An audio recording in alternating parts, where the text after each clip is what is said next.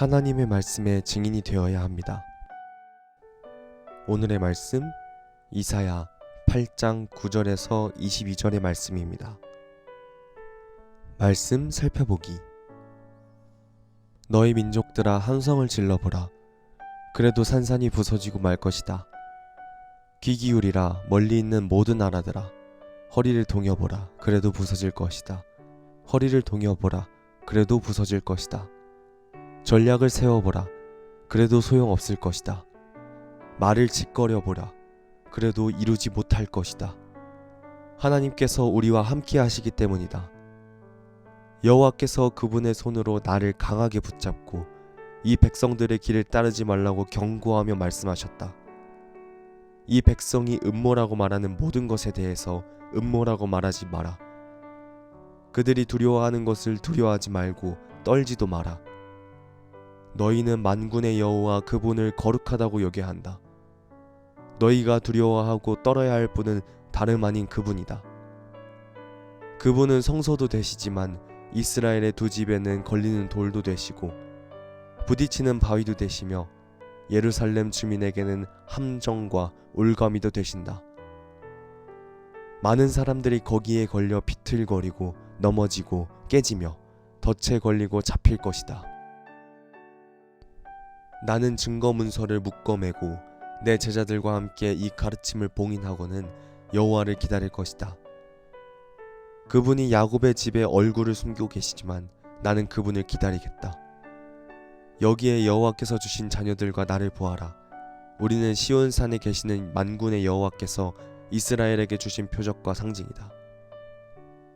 그런데 사람들은 너희에게 이렇게 말하고 있다.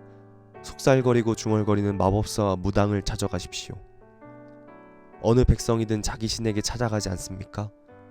살아있는 사람 대신 죽은 사람에게 찾아가지 않습니까? 율법과 증거에 따르면 이런 말을 하는 사람은 기필코 동트는 것을 보지 못할 것이다. 그들은 고생하며 배고파하며 이 땅을 헤맬 것이다. 그리고 그들이 굶주리면 화가 나서 위를 쳐다보고 그들의 왕, 그들의 하나님을 저주할 것이다. 그러고는 땅을 굽어보겠지만 고통과 어둠과 괴로운 암흑밖에 없고 마침내 그 짙은 어둠 속으로 내쫓길 것이다. 오늘의 팁. 9절에 허리를 동여보라. 이 표현에는 결단과 행동을 촉구하는 의미가 있습니다. 구약시대에는 일을 하거나 다른 곳으로 이동할 때에 혹은 전쟁의 때에 겉옷이 방해되지 않도록 허리를 묶었습니다.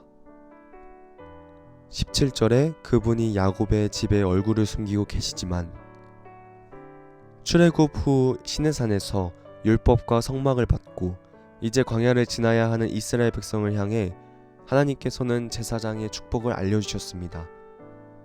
제사장을 통한 축복의 핵심은 여호와께서 얼굴을 비추시는 것입니다. 그러나 하나님은 이제 자신의 말씀을 듣지 않는 백성들을 향해 자신의 얼굴을 숨기시고 계신다고 말씀하십니다. 말씀 이해하기.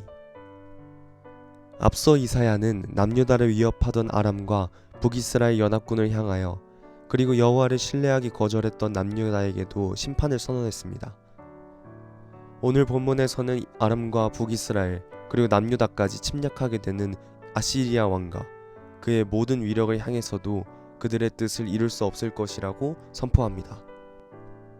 이 일이 이루어지는 근거는 임마누엘, 즉 하나님께서 우리와 함께 하시기 때문입니다. 그러나 남유다의 백성은 여전히 이사야가 전한 하나님의 말씀을 음모라고 말하며 위협합니다. 이에 하나님께서는 이사야에게 이 백성들의 길을 따르지 말고 오직 거룩하신 만군의 여호와만 두려워하라고 말씀하십니다.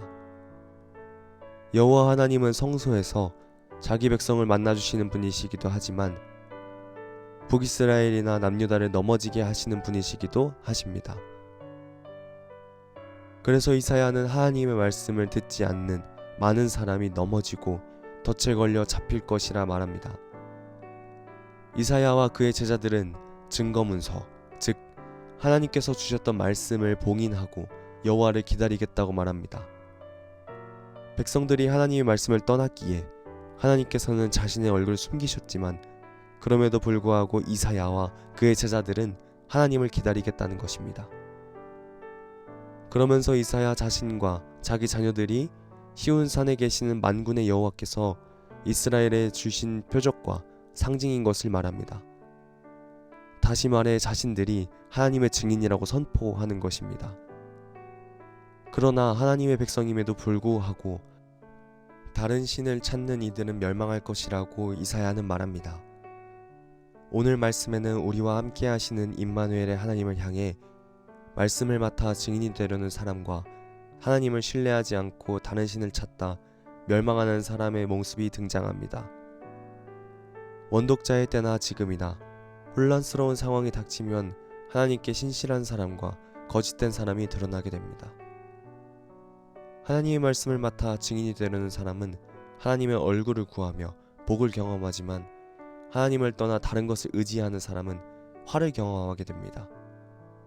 그러므로 믿음의 사람은 혼란한 상황과 시대일수록 낙담하지 말고 하나님의 말씀에 증인된 삶을 충실하게 살아가야 합니다. 말씀 따라 살아가기. 내가 증거해야 할 하나님의 말씀은 무엇입니까? 나의 삶을 통해 증명되어야 할 하나님의 말씀은 무엇입니까? 말씀대로 기도하기.